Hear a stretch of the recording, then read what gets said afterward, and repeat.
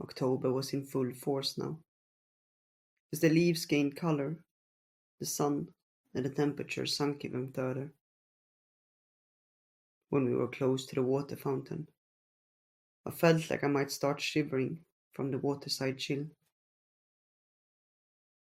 One day, when I met with Senpai during lunch break, as always, she held my hand. Anyone could have seen us, but Senpai didn't seem to care.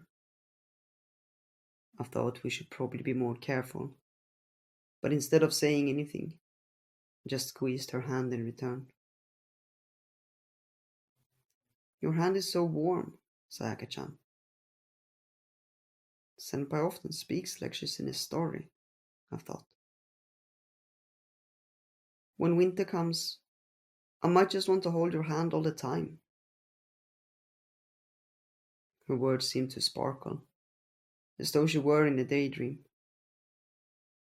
Both of our hands were pale white. Senpai, when you see me, does your hand start to warm up? At the moment, her hand was cool, and the difference in temperature felt nice. But I was curious. What? Why? She didn't seem to understand the question, so of course she asked what I meant. I had asked her something embarrassing. No, it's nothing. The words seemed to bubble out of my mouth. When I looked up, the sky was pale, like the surface of water.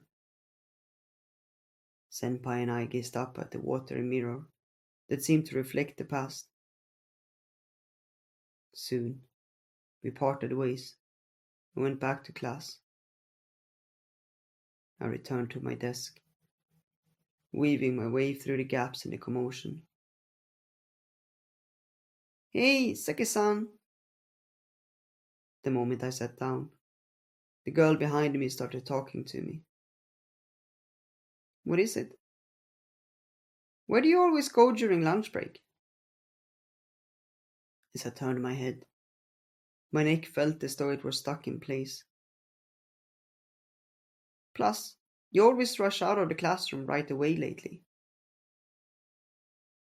Um, as I said before, I'm bad at lying. Unfortunately, the way I fumbled to respond right away seemed to pique my classmates' interest even more. The library? No, I decided it would be better not to let those easy lies pile up. Instead, I told a lie that took into account the possibility she had witnessed me and Senpai. I was having an upperclassman tutor me. Tutor you? Of course. That's the minimum you have to do in order to keep up your grades. I knew my eyes were shifty. Wow, I can't compete with you. My classmate grinned teasingly. I smiled back the best I could and turned back to the front. Once my expression was hidden from her, I sighed surreptitiously.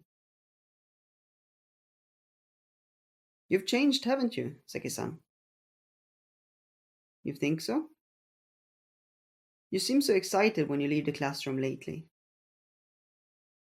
I turned around. You must really be a serious student to get so excited about learning, huh? What's the matter? Excited? Me? There was an emotion I had been completely unaware of, so I wanted to know more. Since it had nothing to do with her, my classmate was unreserved about telling me the truth. That's what it looked like, at least. Did it? Once I heard that objective opinion, I ended up thinking, maybe she's right. If the people who weren't involved saw it that way, did that mean that I looked forward to seeing Senpai? more than I'd thought. I touched my face. It felt calm, not particularly excited. What was I doing? Checking that now. The fact that I couldn't hide how shaken I was rattled me even further. I wonder. Maybe seeing Senpai was exciting to me, because she was on my mind all the time. I wondered what the difference was between that and actually coming to love Senpai. Strange, I thought again. Then I secretly felt a little resentful towards my classmate.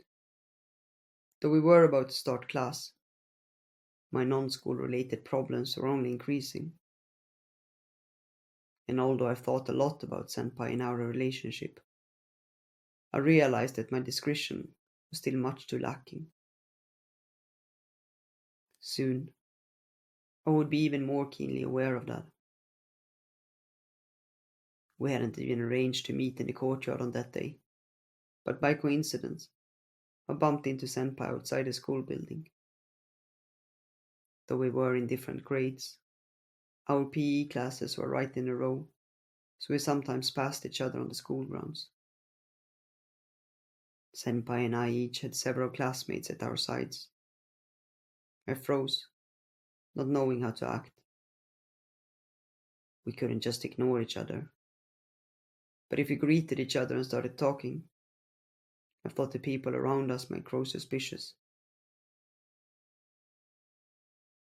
As I hesitated, Senpai was the one who acted first. Sayaka-chan! She called out like usual, as though she hadn't really put any thought into it. How are you? I knew that I should pretend to be just another underclassman. But since this happened to be the first time I was seeing Senpai in her gym clothes, I ended up really noticing them. Because she was always in her school uniform. The way she was wearing a tracksuit top now was a change of pace. You seem different when you're in gym clothes. As though she had thought the same thing, Senpai looked me up and down. You too. Compared to your uniform, you look so much younger, I almost said. You look a lot more like an upperclassman. Oh, it makes me so happy to hear you say something like that. Expressing that happiness so publicly seemed a little reckless, I thought. Well, we should be off to class. I gave her a slight bow and tried to go past her. Right. Senpai's answer was short and casual in a way I didn't quite understand. Well, a conversation like that probably wouldn't lead to any problems. Though I mentally admonished myself for being so paranoid, I still felt relieved. Until suddenly, Senpai's lips were next to my ear. I'll be waiting after school. When she whispered that to me in a surreptitious, almost husky voice, it sent shivers through me. I turned around in spite of myself and saw Senpai grinning in satisfaction. There was a tinge of red on her ears and cheeks. It seemed to have made an impression on my classmates, just as I'm sure it did on hers. They clustered around me, asking, "What was that just now?" Mm-hmm. What was what? I laughed awkwardly and looked into the distance. All I could do was bear it until it blew over. Senpai's sigh that lingered in my ears told me without a doubt that she had always wanted to do something like that. But it was so risky. My mind threatened to go blank, but I forced myself to stay calm. Standing in line in front of the PE teacher, as I pulled myself together. Right, I have to be the one to make sure we don't stand out. If we both had our heads in the air, we would stick out like sore thumbs wherever we went. At home, at school. There were many places I needed to keep my feet on the ground.